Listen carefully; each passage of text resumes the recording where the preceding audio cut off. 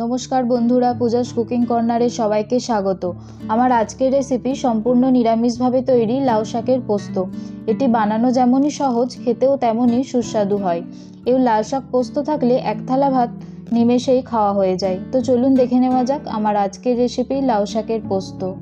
লাউ শাকের পোস্ত বানানোর জন্য প্রথমেই গ্যাস অন করে কড়াই বসিয়ে দিয়েছি। তাতে 2 থেকে 3 টেবিল চামচের মতো সরষের তেল দিয়ে দেব।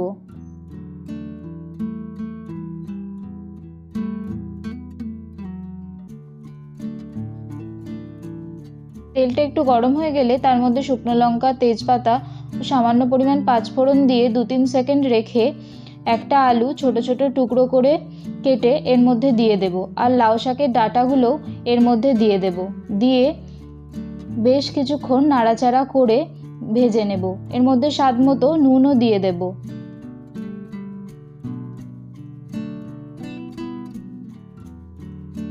এরপর আবারও নাড়াচাড়া করে বেশ কিছুক্ষণ ভেজে নেব।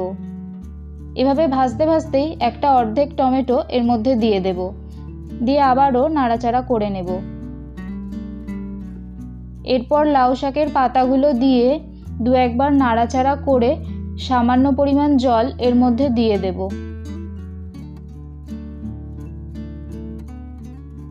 দিয়ে একটা থালা উপর থেকে ঢাকা দিয়ে দেব।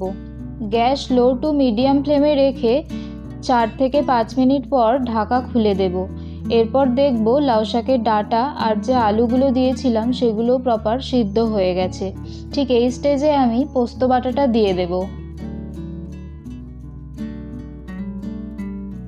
পোস্ত বাটা দিয়ে পোস্ত বাটার বাটি ধোয়া একটু জলও দিয়ে দেব। আর এখানে আমি একটা কাঁচা লঙ্কা চিড়ে এর মধ্যে দিয়ে দেব।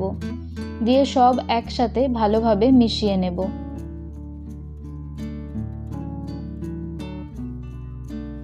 এরপর ফুটে এলে উপর থেকে কাঁচা সরষের তেল ছড়িয়ে দেব।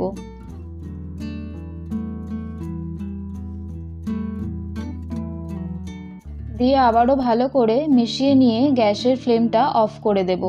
এরপর আমি 3 মিনিট রেস্টিংয়ে রাখার পর গরম গরম ভাতের সাথে পরিবেশন করেছি। অসংখ্য ধন্যবাদ ভিডিওটি দেখার জন্য। এরকম আরও ভালো ভালো নিত্য নতুন রেসিপির আপডেট পেতে আমার ভিডিওটি লাইক করে চ্যানেলটি সাবস্ক্রাইব করে রাখুন।